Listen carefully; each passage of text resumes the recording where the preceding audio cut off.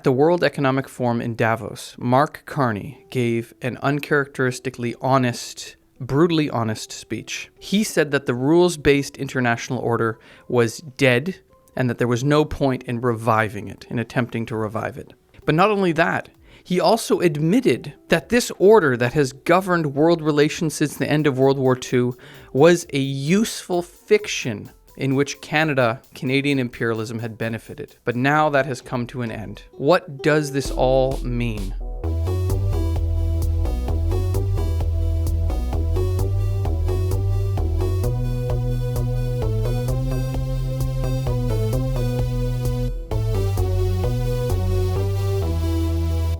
Well, welcome to the Class Line, where we discuss the class interests behind world events. And I'm joined this week by Marco Grotta from the RCP Executive Committee to discuss what does this speech mean for the world, but also what does it mean for politics, for the class struggle in Canada. So I guess maybe we'll just start right from the... what was the speech? For anybody who didn't see the speech, what did Mark Carney say? Like, what were the big takeaways? First I'll agree that it was definitely a consequential speech. It's had a big reception since. It's been celebrated in the Canadian media, the American media, politicians in Europe. Claudia Sheinbaum came out the other day and said it was one of the greatest speeches she's ever heard. There was one politician, this one European politician, I don't know, some Estonian. He called it a genuine manifesto of free people standing up to bullies, which is, maybe overstating it, but it shows you the reception that this is having in the liberal press with some of these politicians. But it was consequential in that, like you said, it was surprisingly honest. That, if you like, Carney didn't say anything really that remarkable. He just stated what is. He just stated the state of play in the world today, which is that, yes, the rules-based order, so-called rules-based order, is dead and gone, that the world is being divided up by a few great powers. And then you have nations like Canada, these middle powers, which essentially are caught in between and having to balance themselves between these great nations. It was, uncharacteristically sharp and honest. But actually, I would say that the most interesting thing that he said, which was not as widely covered in the media, it's not just that the rules-based order is dead. I don't think that shouldn't be a surprise to anyone. It's that he said that effectively the international rules-based order really didn't ever exist, right? He said it was, a fiction was the words he used. Actually, I want to read a quote from the speech because I think it's quite interesting. But he said at one point, quote, "We knew the story of the international rules-based order was partially false, that the strongest would exempt themselves when convenient, that trade rules were enforced asymmetrically, and we knew that international law applied with varied rigor depending on the identity of the accused or the victim. This fiction was useful, and American hegemony in particular helped provide public goods, open sea lanes, a stable financial system, collective security, and support for frameworks for resolving disputes." And then he goes on a bit later and he says, essentially the problem is that this bargain no longer works. You don't usually have politicians that honest. Yeah. Essentially saying that the whole thing, listen, what it was was the United States, which dominated the world, which dominated these institutions, supposedly impartial institutions like the United Nations, the WTO, the IMF, using these as a cover for, American hegemony. What the international rules-based order was, and what Carney's admitting here, it was the right of the United States, usually the United States, to do whatever it wanted, whenever it wanted. The difference now, well, I'd say there's two main differences now. One is that, first of all, Trump is a bit more honest about it. In the past, they'd cover up U.S. imperialism with talks about, human rights and democracy and, women's rights and all these, wonderful ideas. Trump is a bit more honest. We saw this with Venezuela. In the past, they would carry out an action like that in Venezuela and say, listen, it's for the good of democracy. This guy was a tyrant and so on and so forth. But Trump doesn't Trump doesn't have any resort to that. He doesn't need that. He says openly, we're going in for the oil. Yeah. We're going in to kick out China, to kick out Russia. So he's a bit more honest about it. The other thing that's different with the past is that, in the past, the so-called allies of the United States, countries like Canada, were happy to go along with this. Why? Because they got a cut from all of these adventures that U.S. imperialism was carrying out around the globe. Not so anymore. We've seen the conflicts between Trump and Europe, and now obviously the conflicts between Trump and Canada. One thing that should be mentioned to all these people who are saying that, Carney is, standing up to the United States and, charting an independent course for Canada. Carney didn't say that the fiction was bad. Yeah. In fact, the opposite. He was saying what we had before, this myth of the international rules-based order, no, this was good. He preferred the myth. That he preferred the myth. Why? Because Canadian imperialism, the Canadian ruling class, got their cut. Yeah. The United States would overthrow governments in Latin America, which made it possible for Canadian companies to move in, the banks, the mining companies, set up operations, and make a killing. Nowadays, they're not sure that, they're part of the equation. That's what he means. This bargain no longer works. He's not saying it was bad. He's saying it was good. But now they're getting cut out of the equation. And this is a key point that I think has been missed in a lot of the analysis of this speech. Yeah, so I think in a speech like this, we need to look beneath the surface to see what's actually going on and why Carney is doing this. So I know a lot of people like the speech. I had tons of people, not non-political people, political people on the left, on the right, liberals, conservatives, NDP people. We're all congratulating and celebrating this speech. Usually when that happens, that's when you actually should be more skeptical as a Marxist. How come all these people from supposedly completely different camps or whatever are all agreeing with each other now? There's something going on. And yeah, behind the scenes here is Mark Carney. Canadian capitalism is, the Canadian capitalists, they're worried. If you think about it, Canadian imperialism, Canada is an imperialist power. You have Canada is actually the biggest mining imperialist in the world.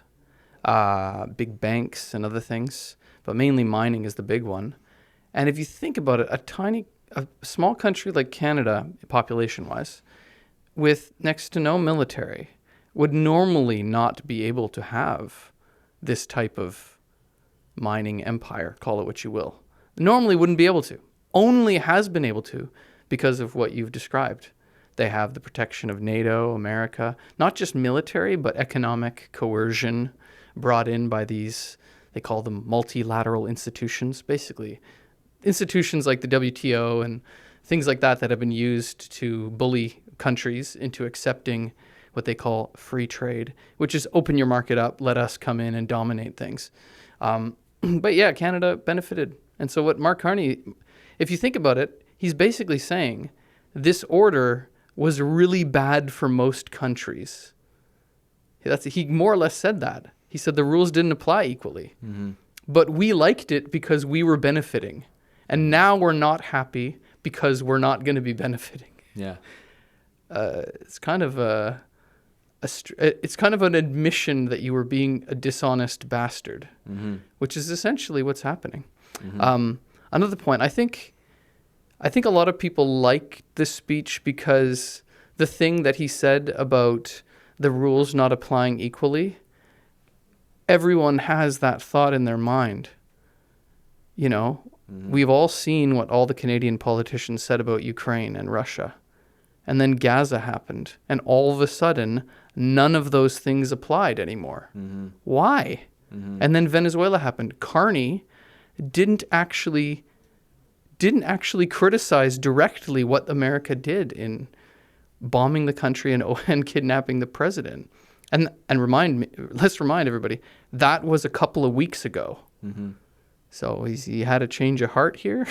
What's going on? So I think a lot of people like the speech because he spoke the truth in a certain sense. Now, is he now all of a sudden going to start criticizing equally? I don't know if you know what I mean. Like, I think what this is all unmasked is the hypocrisy of international relations, imperialism. It's all about economics at the end of the day. It's all about economics. All of the stuff about democracy and defending the right of nations to self-determination or sovereignty and human rights is proven to be complete nonsense. They don't care about that. One thing that we can get into in a minute is the trip they did to China. Equally, all this stuff, Chinese electoral interference, blah, blah, blah, blah, blah, out the window. It doesn't matter when they're doing a trade deal. A lot of people are scratching their heads. So I think a lot of people like the speech because that part of the speech was true. Now, whether or not Carney is going to change, and I think he's not going to change. They're just going to change depending on what economic relations they have, what they say, to justify those relations. Yeah. Well, just on that point, I think, why this is gaining so much attention is that really all he did is he described the world today as it is. In fact, I think he's a few times used this phrase, we should see the world not as we want it to be, but as it actually is. In a way, it's, you could say like Trump sees the world. Yeah. Trump, for all of his hyperbole and so on, but he describes world relations as they actually stand. That there are great powers like the U.S., China, you can include Russia in that, and then everybody else who doesn't have much of a leg to stand on in relation to those big powers. I would also say that it's a very marked change from what we saw under Trudeau, which, if you want, Trudeau was sort of, kind of living on past glory, if you like. This whole idea that Canada is this great nation, this great peacekeeper, this beacon of hope, hope, this go-between between the great powers, the conscience of the globe, all of this, ridiculous stuff, which I do think he genuinely believed. An incredible, moral superiority, lecturing the Chinese, lecturing the Saudis, and so on and so forth. Of course, it was all a bunch of hot air. But with Carney, we see a very different approach to world politics. It's that all of that moral superiority, all of that hyperbolic language, all of that, Canada being the conscience of the globe, that's all been thrown in the garbage bin. Yeah. And now it's no. We are a weak nation, effectively. A middle power is the language Carney uses. The only way we're going to survive, and of course by we they mean the Canadian ruling class, is if we put those, principles, which we never really, believed in anyways, put those to one side and make deals with these powers, even, deals with China, deals with Qatar, deals with the UAE. It's a much more sober view of the world and an honest view of the world. So I think that's part of the reason I think it's stuck out. Yeah, so one thing I think Carney's comments also exposed or exploded, whichever way you want to see it, is there's been, especially ever since what Trump did in Venezuela and then his threats with Greenland, I've noticed a lot of people on the left, a lot of liberals have been saying this is imperialism, which it is. It clearly is imperialism. But I've seen For example, there was a Globe and Mail article just yesterday, I believe, that the title was Donald Trump and the Return of Imperialism, as if we didn't have imperialism for a long period of time because we had this nice rules-based order thing. And now Donald Trump is such a bad guy that he brought imperialism back. I listened to an interview on CBC with some professor, I can't remember his name, and he was basically saying, oh, and in Greenland, there's all these critical minerals, and these big, imperialism is economic. There's all these big billionaires that have bought up interests in mining companies, and they're the ones behind Trump. And so that's why Trump's threatening Greenland. And I'm like, yeah, that makes logical sense. That's actually what imperialism is. But that's what America has always done.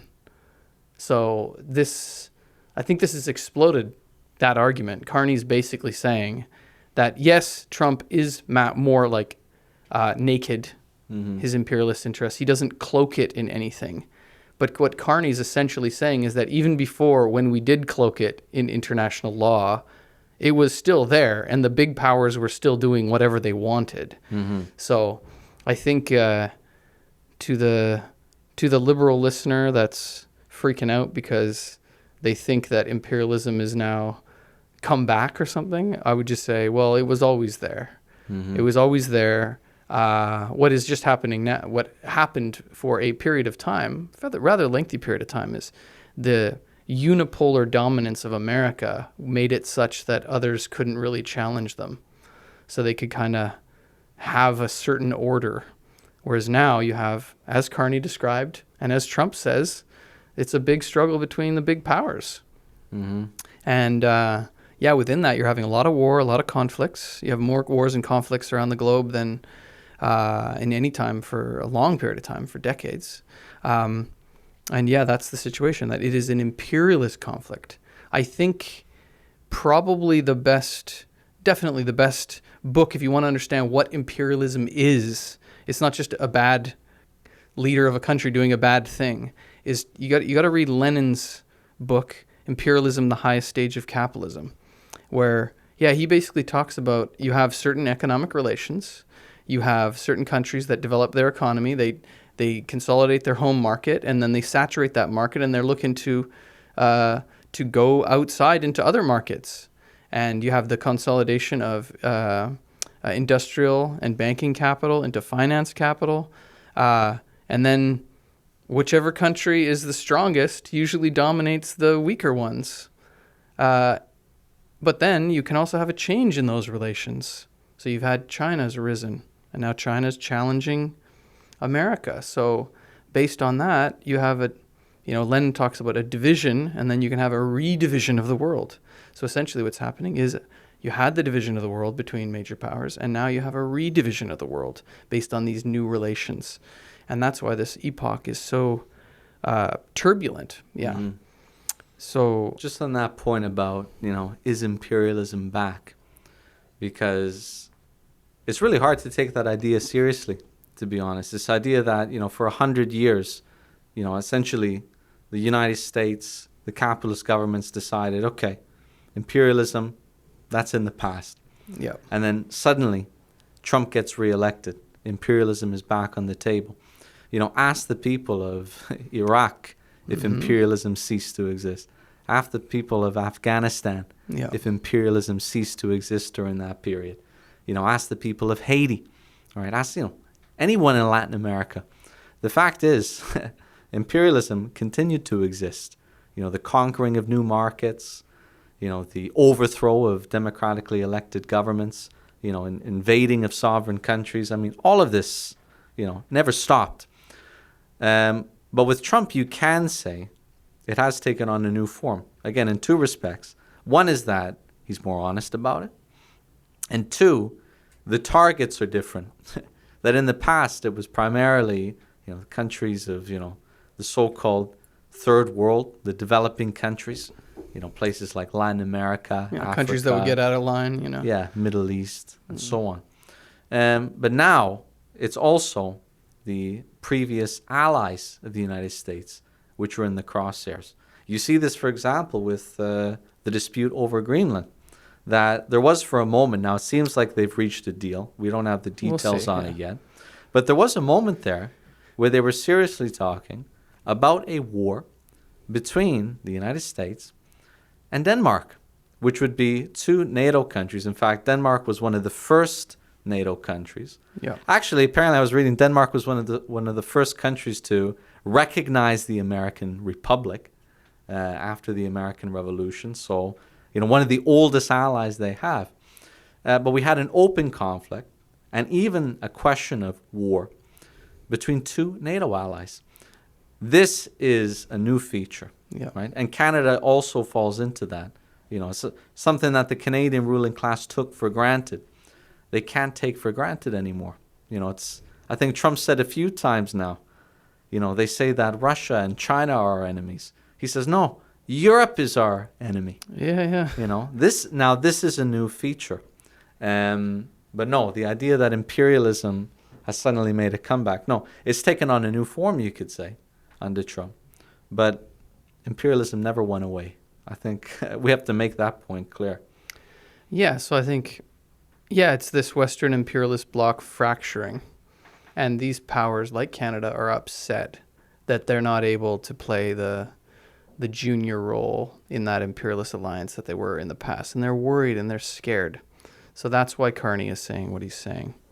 So I guess maybe let's move on. We've done the interesting, or the part that everyone kind of appreciated about Mark Carney's speech. Now, what is his solution? What does he propose? Because obviously it's quite a brutal analysis of the world. He's it's a big struggle between big powers. Actually, in his visit to China last week, they asked him about why did he do a deal with China. He said, there are disruptive major powers, and we have an interest in trading with all of them. So he's basically saying we don't, America, China, whoever, maybe Russia, I highly doubt it because he just gave a bunch of money to Ukraine. But this is kind of his, at least seems to be what he's saying. What's Carney's, what is he proposing here? Mm-hmm. Well, first, I think there's one more thing we should say in terms of the speech, which is that I've also seen comments that, this is Carney standing up to Trump and defending Canadian sovereignty. I think we got to address that point. And what I would say about this is talk is cheap. Talk is cheap. It's one thing to go and give a speech in Davos, which, by the way, I think they say that he actually wrote himself. Apparently, which is quite interesting. But anyways, it's one thing to give a speech. It's another thing to actually put that into practice. And the fact is, in terms of standing up to the United States, in practice, that's not what we've seen from the Carney government. That on every fundamental question, every fundamental dispute between the United States and Canada, what we've seen is, and we've discussed this before, concession after concession to the Trump regime. And we could list out the examples, the Golden Dome. So it seems almost guaranteed now that Canada will be participating in the Golden Dome missile defense program. At great cost as well. At a great cost, which, initially they wrote off as a fantasy, as ridiculous. Yeah. But now it seems they're going to go along with it. They raised defense spending, again, at Trump's request. And actually, in Carney's speech, he bragged about this. He bragged about things that Trump has pressured him to do. Mm-hmm. They've cut the taxes on business investment and capital gains. Mm-hmm. He's bragged about the military spending. Mm-hmm. I mean, they removed the digital services tax against American tech companies. Yep. Again, as a result of Trump's pressure. They removed tariffs against the United States, certain tariffs, under Trump's pressure. Mm-hmm. They're allowing not even just U.S. companies, they're allowing the U.S. military to come into Canada and buy up the shares of some of these critical minerals companies. So all this thing, he's standing up to Trump. Where? Anyone can go and give a speech at Davos. And even then, Trump fired back. Well, we can maybe talk about that. Yeah. But the fact is, on the ground, in the real world, they've been making concession after concession. And of course, what else? From their perspective, What else are they going to do? But It's the U.S. market. It's your biggest trading partner. But I think many people were signaling that Carney's speech signals a shift. And he was trying to give a wake-up call to the Europeans, basically saying, you try to appease him, and he smells weakness, and he pounces on you. And that's essentially what's been happening with Canada. Carney's, if you remember, I wore this tie for you. And he bought him golf balls. Like, he was trying to be like his friend. And yeah, he was bending over backwards to capitulate to almost everything that Trump wanted. And at the end of the day, Trump said, was it last week or 2 weeks ago, that he didn't really want the CUSMA deal, the trade deal with Canada. They said it was irrelevant. Yeah, he said it's irrelevant. He said, Canada likes it, but I don't want to. Yeah. So, and then, the European leaders like Keir Starmer, Macron, these people, especially Keir Starmer, he's been the little butler of Donald Trump, and he's been kicked in the butt lately over Greenland. So I think Carney's trying to shake them and say, guys, we got to get our crap together, because I think in his speech he said, what did he say? It was like the performance of sovereignty while you're actually being subordinated, something like that. So eventually, the thing is, a country like Canada is really stuck because they rely on America, but Donald Trump's using that leverage to submit Canada. So the Canadian ruling class is kind of freaking out, and Carney is expressing that. Now we can get into, I think this is related to what he's proposing, because some people are saying, yay, elbows up again. He's standing up to Trump. And I'm like, we'll see about that. That's easier said than done. So maybe we can get into his solution, and then that will allow us to talk about the feasibility of that. Will that actually happen? Because, I think a lot of people see this as Carney's call to action of all these. Well, we can get into it. He's basically saying we need an alliance of middle powers, which probably means economies the similar size of Canada, that they should all join together to support each other or trade with each other. He said, actually, if we're not at the table, we're on the menu, which is actually true. It actually is true, because in the game of imperialism, the big eat the small. They dominate the weaker powers, and they submit them, and that is what is happening. As Carney said, the rules-based order is done, and it's more of a mask-off, naked imperialism. And countries like Canada risk to be all of the things that they had, all the benefits they had of being part of this Western alliance and being under the protection of America is going away. But will that, I guess, is that possible? What kind of alliance with middle powers? How would that work? I don't know if I mean, I think there's a few things to say about this, but it's one thing to say something. We're going to diversify trade. This has been a big focus of Carney. And he's now raised this idea of essentially an alliance of middle powers, like you said, to try and, I guess, gain leverage against the United States. But the fact is, for many nations, but especially Canada, this is exceedingly difficult, if not impossible. And this is something we've discussed before, that so much of the Canadian economy is tied up with the American economy in terms of trade volumes, in terms of even infrastructure, all of the railways, all of the pipelines, all of that are connected to the United States.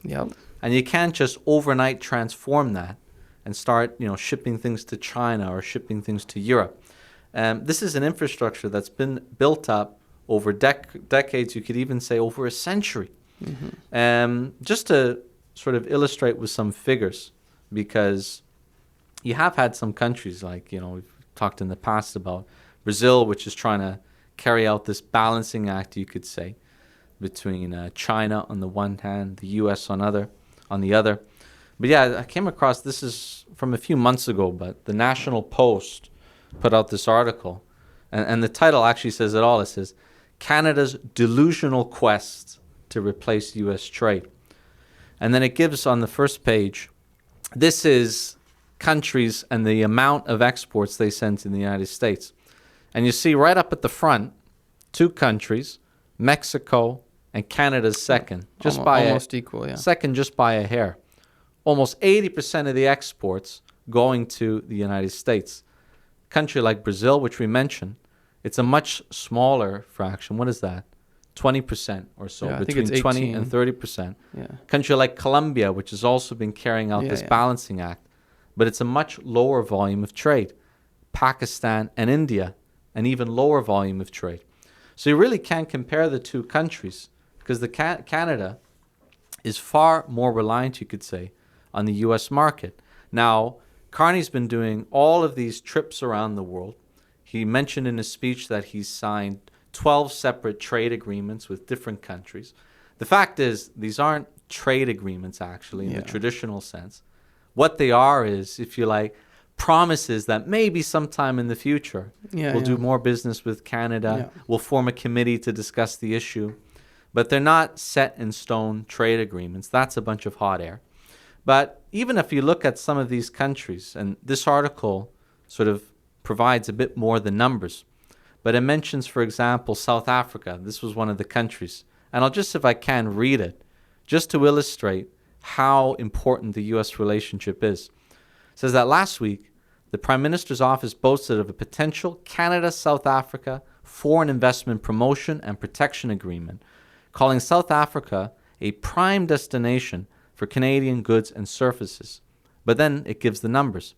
In 2024, South Africa purchased $582 million in Canadian exports. Even if that figure is somehow able to double, it would represent, and they put it in terms of hours and days, it would represent just 12 hours worth of the goods and services that Canada was selling to the United States in the first quarter of 2025. So negligible. Negligible. Yeah. It gives the UAE. Okay, South Africa, a smaller market, but what about the UAE? That's a much bigger market. Carney was there, a few weeks ago. Canadian exports to the UAE last year were $2.6 billion. Doubling it would yield enough trade to equal just 2 days' worth of Canadian exports to the United States. And then it goes on. This is the last quote, but it's a very interesting article. In a February report, CIBC noted that Canada's dependence on one country to buy almost all of its exports is unlike any other developed country on earth. And it says, even a country like Austria, which shares a border, language, and culture with Germany, still only needs the Germans for about 1/3 of their exports, as compared to 75% of exports that Canada sends to the United States. So when we actually dive into the numbers, you really see how delusional this idea actually is.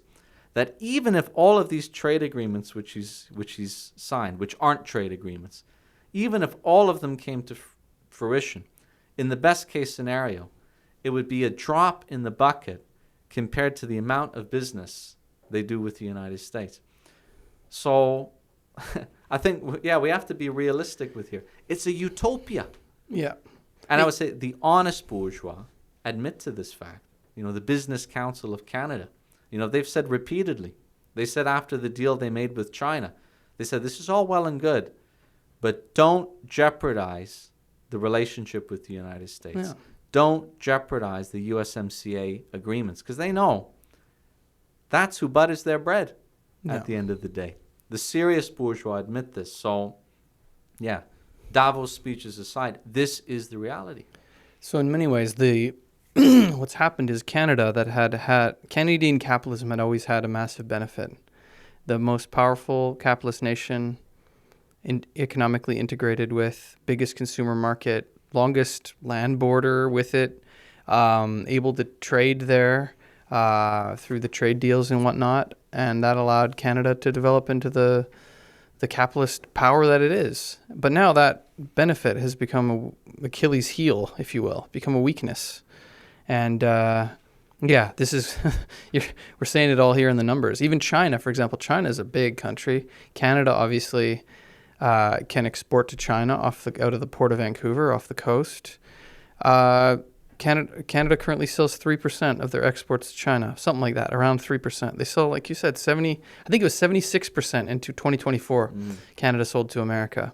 So it's a fraction. So even if they double, Carney said he wants to double the exports to China by the end of the decade. Well, that would still mean you're only exporting 6% to China. Okay. So what, are you going to lower the exports to the U.S. down to 72% or something, or maybe 70% if you include these other countries? So they're going to lower the dependence on the American market. But I would also ask, at what cost? Because the geography of the matter is simple. You have a massive consumer market right across the border, and the transportation and supply chains are all integrated, and that's actually very efficient. And that means you can make lots of profit that way. What are they going to... I didn't see the details of what he said about Qatar. I believe he said that they were going to invest in Canada. I'm not sure he's talking about selling exports to UAE or Qatar. Even if he did, like, how much could they possibly sell? What would they sell? And how would they transport it all the way over there? You know, I think there are all these questions that are asked. I think even if they could diversify, it would come at great cost. So, yeah, I do agree with what you said. It is a bit of a utopian pipe dream.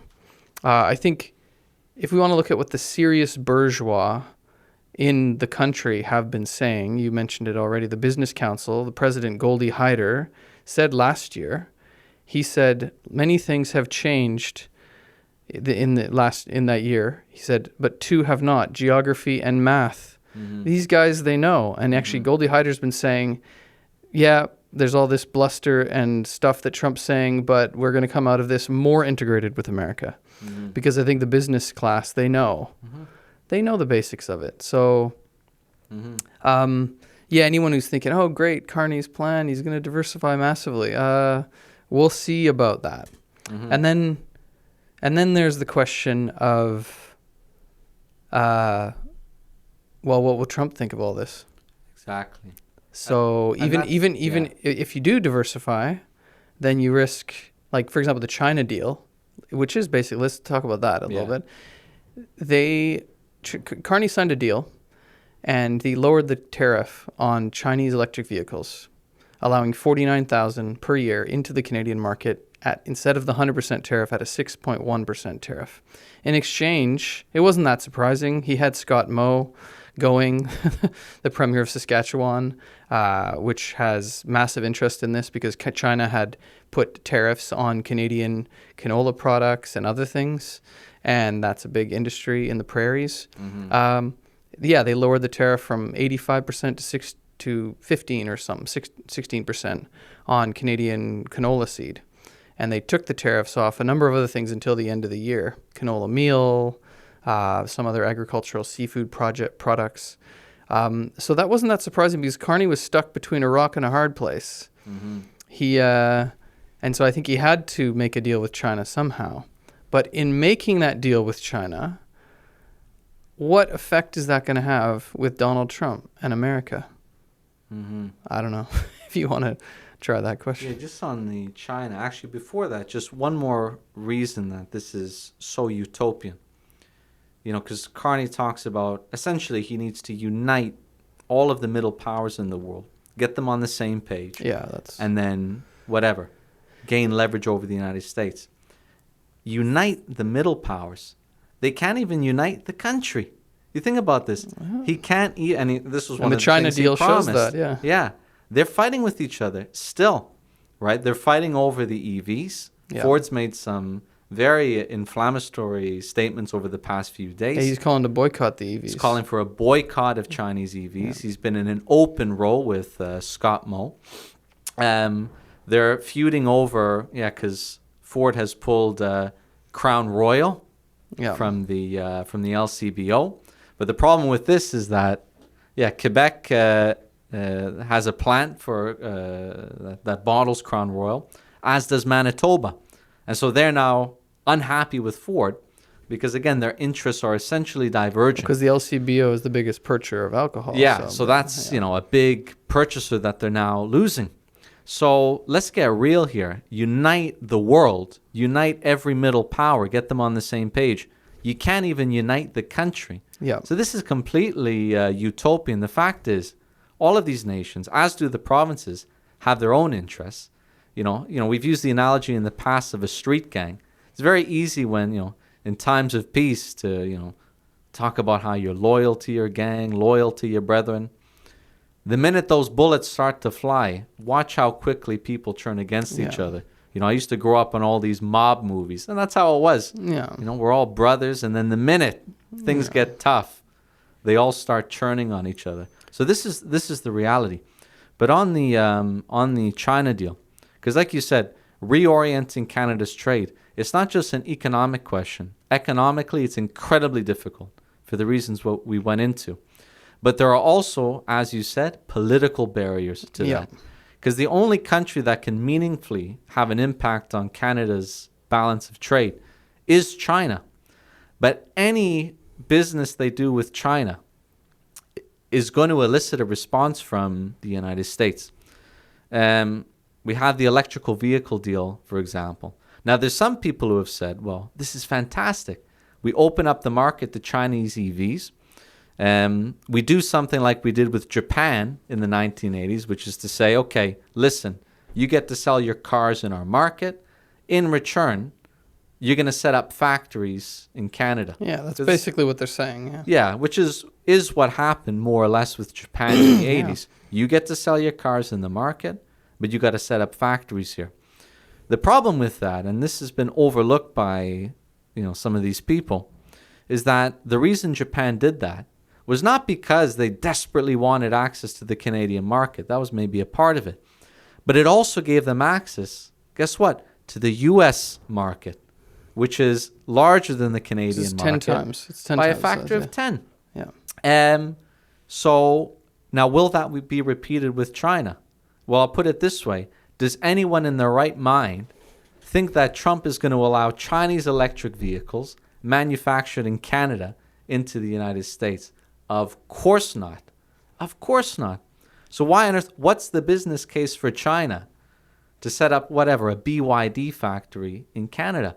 It's totally and utterly fanciful. And I got to say, I agree with Ford here, because Ford said, listen, they promised you factories. He said there's not going to be a single factory opened up in Canada.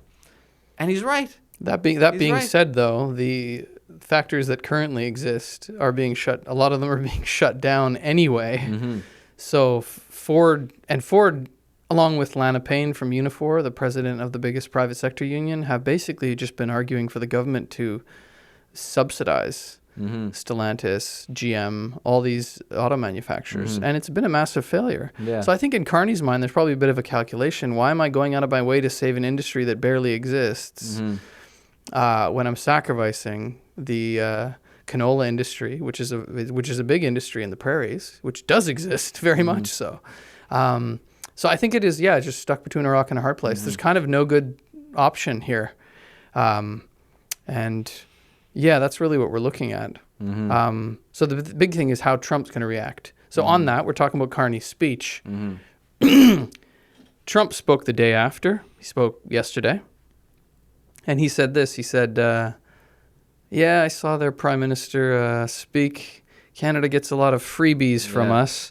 And he said, they should be grateful to us. They're not usually grateful. Canada lives because of the United States. Remember that, Mark, the next time you make your statements. So he's obviously not happy. No. Now, we'll see what happens. But I've seen some studies from some of the banks that said if right now, Mark Carney's made a big deal out of how Canada has the best tariff rate with America because you have the USMCA or the CUSMA deal. Now, if that deal is not renewed, I've seen some studies that say the Canadian economy will contract by 5% within the first 6 months, which will be a massive economic catastrophe. So Carney's gamble might not play out very well if that deal collapses. We'll see. Anyway, troubled waters ahead, definitely. This Carney's talked about it, New World Order, which not even sure what that order is going to look like. But yeah, this whole idea of creating an alliance of middle powers, I think, as you said, is quite utopian because of imperialism. And I think that the European Union has shown how difficult this type of thing is.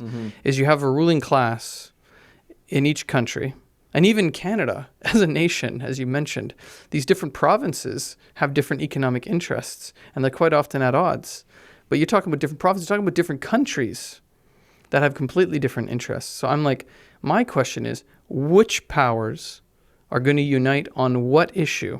And then every single one of these powers has a similar problem to Canada. They all have a crisis of overproduction, and their companies are producing too many goods to sell in the country, and they have to find markets outside. So that's going to be a tricky one because you're in competition.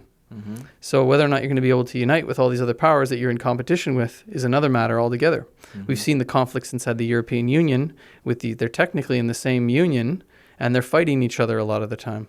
So yes, Carney's plans to make some sort of alliance of middle powers I predict will not go very well. No. Even though some people are, oh yeah, good idea. I'm like, good idea, but when it comes down to the economics of it, you're probably not going to be too happy about that. Because basically Carney's going to say, oh, well, we sell all this stuff to America. Can we sell it to you? And they're like, no, we want to sell our stuff to you. They're like, no, we don't want that, basically. So yeah, we'll see what happens. So all this stuff is just showing the difficult situation that the Canadian government, Canadian ruling class finds itself in. Yeah, and Trump, the big elephant in the room is Trump. He's not going to be happy about this. So yeah, that's that. I think a lot of people are, oh yes, Carney, it's such a good. I'm like, he's recognizing the bad situation, and it's not going to be a good situation going forward. So, I guess one thing I wanted to touch on is what has been the response. Like we already mentioned a little bit, a lot of people on the left celebrating this. What has been the response from the left in general on the deal, or on Carney's speech? I don't know if you have any comments about that. I think you had some quotes on that. I do have some quotes. Yeah, okay, so I think you've been following it a bit more closely. And I think it's important to read this out because it's important to understand what we've just described, I believe, is a clear-eyed Marxist view of what's happening in the world and what Carney represents and what Carney is doing.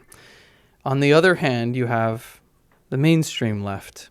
So, for example, Don Davies, the interim leader of the NDP, said, "The Prime Minister spoke well in Davos about the changing world order and Canada's need to take a principled and effective action in response to the new reality.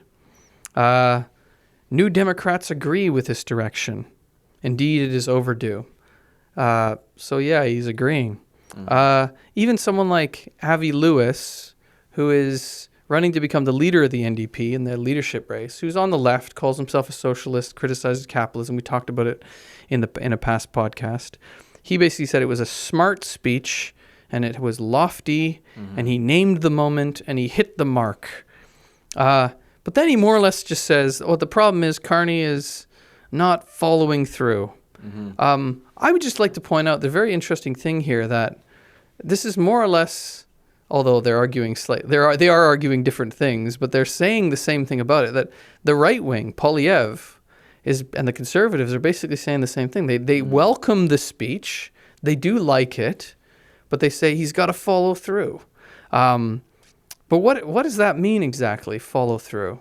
Carney, in his speech, as we've already mentioned, he bragged about increased military spending, about cutting corporate taxes. The result of that has been already this past couple of weeks, they've been handing out thousands of layoff notices to federal government employees.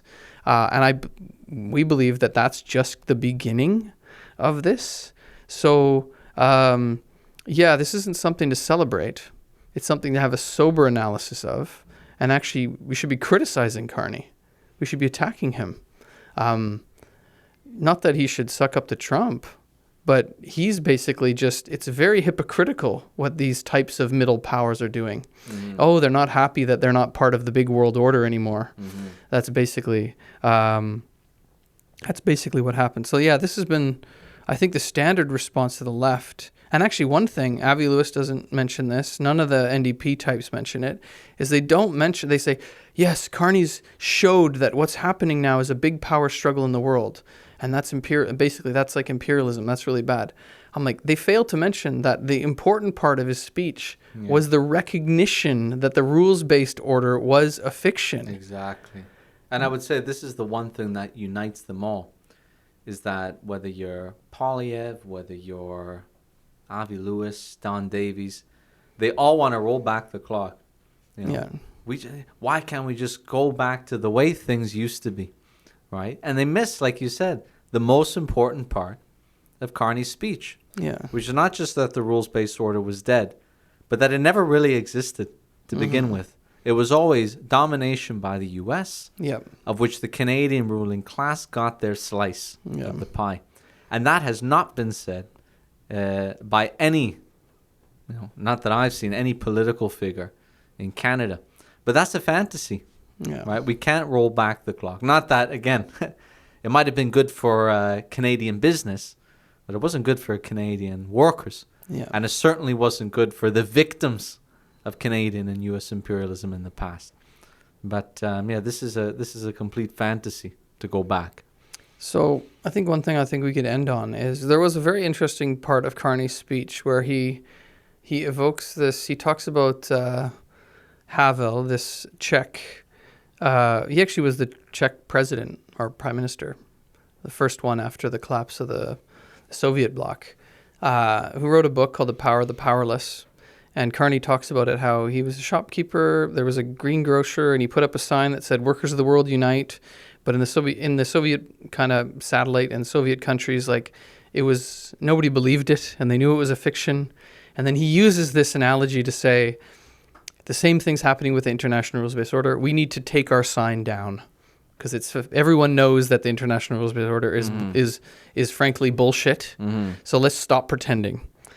I thought that, as a communist, obviously, I thought that was highly amusing that he evoked this example. And I think it actually helps us understand, like, so far we've been pretty scathing, pretty critical, even of left-wing celebrating this speech. But I guess it relates, like, what do we say needs to happen? Like, what do communists think about Carney's speech, about the New World Order, about, do we, like, okay, we don't have any faith in this alliance of middle powers. What do we do? What does the left do, I suppose? If you're a left-wing person and you're freaking out by what's happening around the world, what do we do? I don't know if you do have a... Yeah, well, on that analogy, and my ears perked up when I heard that. Whenever someone says communism, I say, oh, okay. What's this about? But I'd say there's a big difference between... there's a limit to that analogy, because the whole idea is that, this guy was essentially defending a fiction. Right, whatever the shopkeeper. The rules-based order was a fiction, as Carney so eloquently said. But the idea of workers' solidarity, workers of the world unite, right, which traces back to the Communist Manifesto, that's not a fiction. That was something which existed, right? Of course. That didn't exist in the Soviet Union, which was not genuine communism, but, a Stalinist distortion. And they abandoned the struggle for world revolution. So they didn't care about the working class in other countries. No, it was the narrow interests of the bureaucracy, not just in the Soviet Union, but in the other Stalinist countries. But that idea, workers of the world unite, that did exist. That was a real phenomena. We saw it in the Russian Revolution. You saw it when the Communist International was set up in 1919, which, to be clear, viewed itself as one world communist party, right? It was, workers of the world unite in practice. It wasn't the narrow interests of this or that country or the workers of this or that country, but one common objective, because at the end of the day, whatever your nationality, we're all workers who share a similar interest. So there's a limit to that analogy. But also, yeah, it does, if you like, point the way forward. Because, Canada's in a very dire situation at the moment. It's already quite bad, especially if you're a worker in steel, a worker in automotives. You live in, a place like Windsor or in Hamilton, Sault Ste. Marie, But it can get a whole hell of a lot worse because you mentioned the tariff rate is actually one of the lowest right now in Canada because of the USMCA. Now, we'll see how those negotiations go. I have to say that it doesn't look very good for Carney right now. Trump has, said that the USMCA is irrelevant. The other day, Pete Hextra, who's the ambassador to Canada, repeated the line, "We don't need Canada for anything." Now, obviously, he's exaggerating a bit, but it does show you where the Trump regime is coming from. We'll have to see how it develops, but we could have, in the next year, in the next few months, a very, very serious economic crisis like we haven't seen for a very long time in Canada. That's going to mean factories closing, more than are closing now. That's going to mean mass layoffs. That's going to mean mass austerity. And we're already seeing the beginnings of that. They're announcing layoffs in the civil service. But that's just the beginning, I would say. What do we do to fight it? You're not going to fight it by giving speeches at Davos, right? Which, make, European politicians happy. You're not going to get it also through these, fake, trade agreements that essentially, result in nothing fundamentally and don't change the balance of forces whatsoever. This whole idea of, multipolarity. Well, if we can't get it from the US, we'll get it from somewhere else. I think we've explained the limits of that. We can't leave it, in other words, up to politicians like Carney or Poilievre or whoever, who really have their own interests at heart and the interests of their friends on Bay Street and so on. The only way to save jobs is for Canadian workers, and not just Canadian workers, American workers as well, to take economic power into their own hands, to control their own destiny. Because, there's a certain logic when Trump, you remember he talked about the artificial line between Canada and the United States, the artificial boundary. But there's an element of truth to that, this, continent only makes sense if it's integrated. But the problem is that all of that wealth that exists in North America and across the world is being squandered because of the narrow national interests of our ruling class, the American ruling class. If we were to sweep that away and it was ordinary working people calling the shots, we could be using these resources, we could be using this industry. Instead of getting into trade wars and shutting down factories and competing for jobs, use the resources collectively to massively increase productivity and dramatically raise the standard of living of all workers. And that would be to the benefit of Canadian workers and also to the benefit of American workers. But the only way that can be possible is if, these narrow-minded elites, the politicians, the billionaires, they get swept to the side. And it's working people calling the charge. So to go back to the story, workers of the world unite. That's what that means in practice. One economy and one people working together for the common good, not just of the continent, but of the world. That's what we defend. Yeah, so Marx explained long ago that two major barriers in the way of the development of the productive forces. And we ultimately believe that everything, ultimately, art, culture, politics, everything rests on the economic base and therefore rises or falls on the development of the productive forces of humanity. Now, capitalism as an economic system is proving unable to develop the productive forces of humanity. And Marx, long ago, he described there's two main barriers in the way of the development of the productive forces. One is fairly easy to understand: private ownership. Everyone can see that the bourgeoisie are prioritizing their profits over the well-being of humanity, of the community. They're shutting down factories because there's a crisis of overproduction. They can't sell their goods, But then the nation state, I think, kind of sometimes had been a bit less clear for a lot of people. Mm-hmm. Well, now it's becoming super clear. Basically, what they're saying is there's no more rules-based order. There's no more free trade. Even Carney's saying that. There's competing interests between the great powers. And actually, there is competing interest between the middle powers as well. Mm-hmm. But is it the workers of these countries that have opposing interests?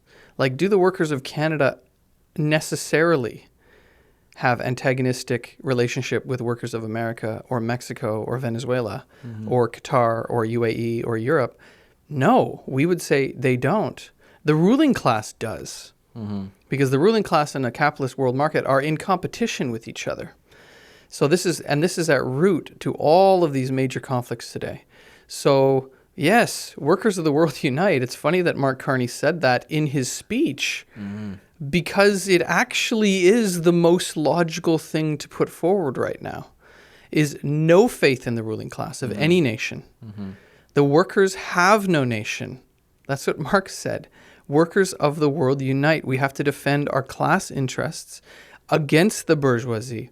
And actually, this is very important because in Canada, a lot of the union leaders are rallying behind Mark Carney or sometimes even provincial politicians to try to get something for their members or something. And I think we're seeing the result of this. It's led to a downward spiral and you're not getting anywhere. So yes, working class internationalism is what we argue for, is the genuine communist response to this. And I believe more and more is not just some theory in a book, but is becoming real. Our allies in the struggle are not Bay Street. They're not in the parliament in Ottawa. They're not Mark Carney. They're not Donald Trump. They're not the leaders and the big billionaires in Europe. They're in the streets of Minneapolis. They're organizing a general strike tomorrow. They're in the factories and mines all over the world. They're in the poor neighborhoods in Venezuela, the poor neighborhoods in every major city, in Paris and London, even in Toronto, around the country. That's where our allies are. So, and we need to build. The movement needs to really go back to those basics: working class, internationalism, and fighting for a new system. This system is madness.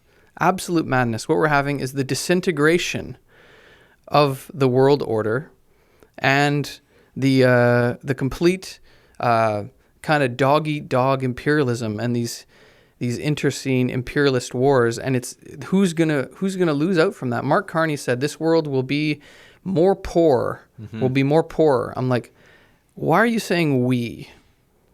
Because clearly, if you look at the statistics, there's actually a study that came up from Oxfam this year that showed billionaire wealth increased at a faster rate last year than any other year of the previous 5 years put together. So clearly it's not we are losing out. It's the working class is losing out. And the billionaires are making bank, actually, sometimes because of the trade war. They're hedging their bets on certain stocks based on the trade war and tariffs and making crazy money. So yeah, I think we can have absolutely no faith in the capitalist class of any nation, or the ruling or the political parties, the mainstream political bourgeois parties of any nation. And yeah, we have to build an independent, internationalist working class solution.